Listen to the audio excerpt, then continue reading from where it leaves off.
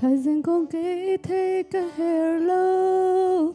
lâu rét thấy bê đinh gió cả ngày lâu ở chân màn tên nắng rên ở tròn cả ngờ nó có khả nín thấy cả hello cả cha cha biết ân si dùng ra cái her mi bạc khờ bồi ba nắng mang ngày lâu cha cần nuốt cần bê nó cốt xuống lòng cây cha hình na bồi ba nó tốt na lòng sung ra đi làm hương lấy ni cho bị mi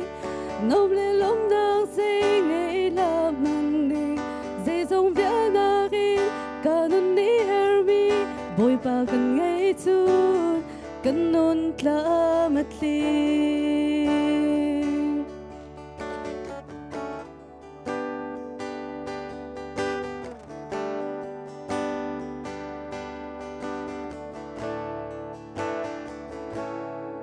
lấy cho lỡ là có bồi lâu dùng ra ngân nát cha sa nên lại lâu cái her mi bạc khát bồi ba nắng ma ngày lâu lấy đốt na cất lấy chân lâu chân tôm pa la sia mến mi ăn si nấp ya cầm lâu a phê kỳ du một ớt la chợt ra cần nuốt cần bê nó cút xuống lâu cây cha him na bồi ba nó tốt na lâu dùng xa li nằm hú lấy ni cho bị mi nôm lên lông nang dây ngày làm hằng đi dây dòng phía nang in cả nôn ní her mi bồi ba cần ngày chút cần nôn la mất đi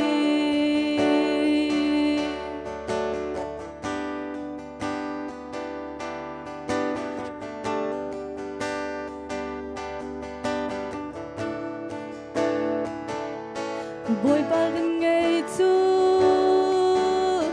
cần nang bồi ba gần ngày chút cần nôn la mất đi chút ra cần nuốt cần bê nó cút xuống lòng cây cha him na bồi ba nó tốt na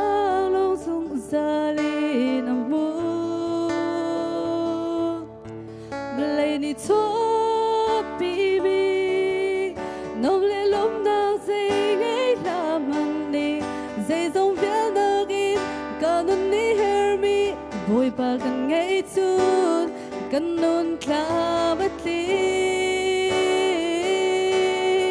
dây dòng vẽ nang in cả nôn ní her mi bồi ba cần ngày chút cần nôn la mất li dây dòng vẽ nang in cả nôn ní her mi bồi ba cần ngày chút cần nôn la mất li. Paling sumpah nak cakap saya.